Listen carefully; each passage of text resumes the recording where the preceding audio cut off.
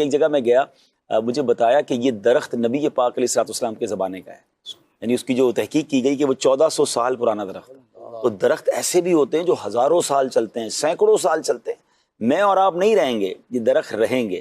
اب دیکھیں نا، کبھی کبھی ہم ان گرمیوں میں دیکھ لیں، گاڑی والے دیکھتے ہیں یار کوئی چھاؤں مل جائے، کوئی درخت مل جائے، گاڑی پارک کر دیں۔ ہم گاڑی کے لیے درخت ڈھونڈتے ہیں، درخت لگاتے کیوں نہیں ہے؟ تو غور کریں۔ اچھا، پھر ایک بڑی خوبصورت تحقیق ہے کہ دنیا میں اگر جتنے لوگ ہوتے ہیں نا، اس کو ملٹی پلائی اگر آپ 10 کریں تو اتنے جانور ہوتے ہیں۔ یعنی اگر 8 ارب انسان ہے تو 80 ارب جانور ہیں جو زمین پر جانور ہیں، اور اس کو ملٹی پلائی 10 کریں تو پرندے ہوتے ہیں۔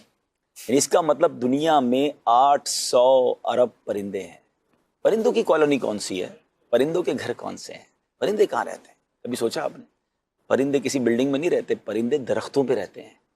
اور آپ سوچیں 800 ارب پرندوں کا گھر درخت ہے، یہ کالونی ہے ان کی، جتنے درخت ہوں گے۔ اچھا، اب آپ تھوڑا سا اس میں اگر آپ غور کریں، جب ہم چھوٹے تھے، جو 40s میں ہے نا، جن کی عمر 40s کے یا اس کے اوپر ہے، ہم جب چھوٹے تھے ہمارے گھر کے باہر کبھی کوئل آ کے بیٹھتی تھی، ہم نے تتلیاں دیکھی ہیں، ہم نے بڑے انجوائے کی ہیں پھولوں کو دیکھتے ہوئے، تتلیوں کو۔ اچھا، ہمارے گھر کے باہر کبھی کبوتر آ کے بیٹھتے تھے، کبھی پرندوں کی آوازیں صبح صبح آتی تھی، اسکول جاتے تھے تو درختوں سے ایک بڑی خوبصورت آوازیں آتی تھیں، کچھ پرندوں کی تو آوازیں بڑی یونیک ہوتی تھی۔ ہمارے اسکول میں بھی درخت ہوتے تھے، ٹھیک ہے؟ اب کہاں ہیں وہ آوازیں؟ اب کہاں ہیں وہ پرندے؟ اب تو آپ کے بچوں شاید تتلیاں، ان کو بٹرفلائی باغ میں جانا پڑتا ہے۔ یہ سب کہاں گئے؟ یہ غور کرنے والی بات ہے۔ شہر کراچی والوں سے میں بات کر رہا ہوں، ہو سکتا ہے گاؤں میں ابھی بھی نظر آتی ہوں۔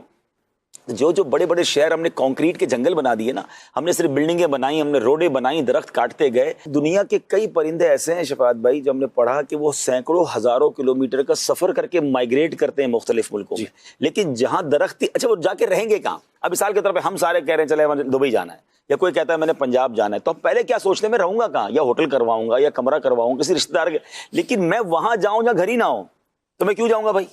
جب گھر ہی نہیں ہے، رہنے کی جگہ ہی نہیں ہے، نہ واش روم ہے میرے لیے، نہ کوئی مکان ہے، نہ کوئی چھت ہے، تو ریگستان میں روڈ پہ جا کر تو نہیں سوؤں گا۔ تو بندہ وہاں ٹریول ہی نہیں کرتا کہ جہاں گھر نہ ہو۔ تو اب جن شہروں میں گھر ہی نہیں ہے پرندوں کے، تو وہ پرندے کیوں آئیں گے ہمارے پاس؟ وہ اللہ کی مخلوق کیوں آئے گی؟ بلکہ میں نے ایک تحقیق پڑھی تھی، میں بھول گیا وہ کون سے جانور کی بات ہو رہی تھی، کہ کسی ملک میں کسی ایک جانور کو جو ہے نا وہ